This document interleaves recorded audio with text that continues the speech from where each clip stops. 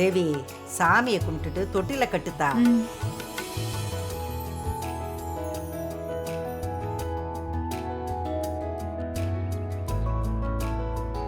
தேனு இந்தா நீயும் கட்டு.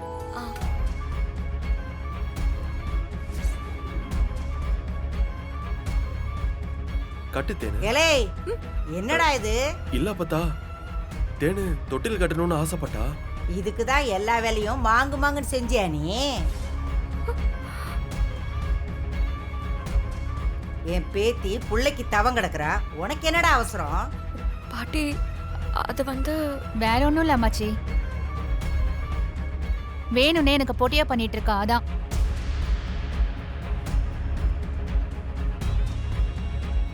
என்னடா மனோ, நீயும் தொட்டில வாங்கிட்டு வந்து நிக்கிற? எல்லாரும் பேசி வச்சு பண்றீங்களா? இல்லடா, இப்ப என் அக்கா தொட்டில் கட்டினா என்ன? கட்டக்கூடாது.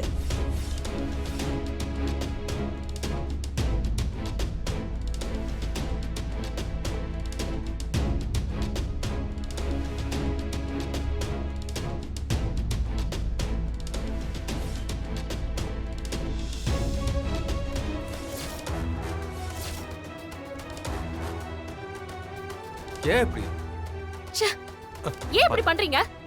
என் அக்கா குழந்தை பெத்துக்க கூடாதா? ஏய் நீ பேசாத.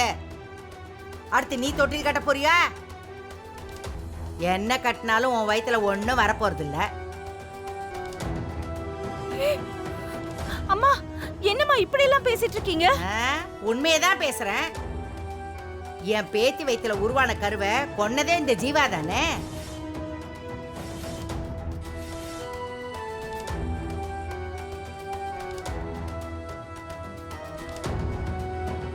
எல்லாரும் நல்லா கேட்டுக்கங்க. என் குடும்பத்துல பிறக்கிற முத குழந்தை என் பேத்தி வயித்துல பிறக்கிறது தான்.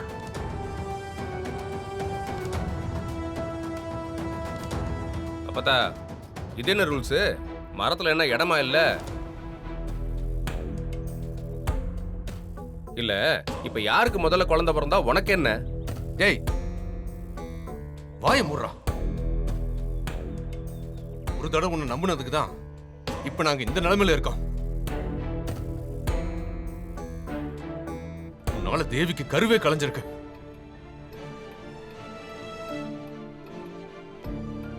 இன்னைக்கு வரைக்கும் ஹாஸ்பிட்டல் நாங்க அலைஞ்சிட்டு இருக்கோம்.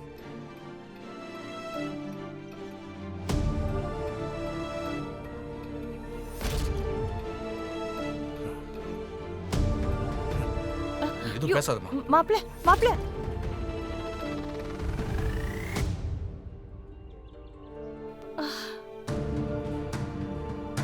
எங்க என்ன சொல்றாங்க இவங்க? ஜீவா என்ன பண்ணா? ஒண்ணும் இல்ல, நீ விடு தேனு. அம்மா என்னம்மா இப்படி எல்லாம் பேசுறீங்க?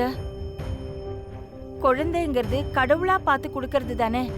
நடக்க வேண்டிய நேரத்துல கண்டிப்பா எல்லாருக்கும் நல்லது நடக்கும். தேவிக்கு கண்டிப்பா குழந்தை பிறக்கும்மா. என் பொண்ணு தேனுக்கு கூட குழந்தை பிறக்கணும்னு ஆசை இருக்கும்ல. ஆசைப்படுறதுக்கும் ஒரு தகுதி வேணும். என் குடும்பத்துல என்ன நடக்கணும்னு நான் தான் முடிவு பண்ணுவேன்.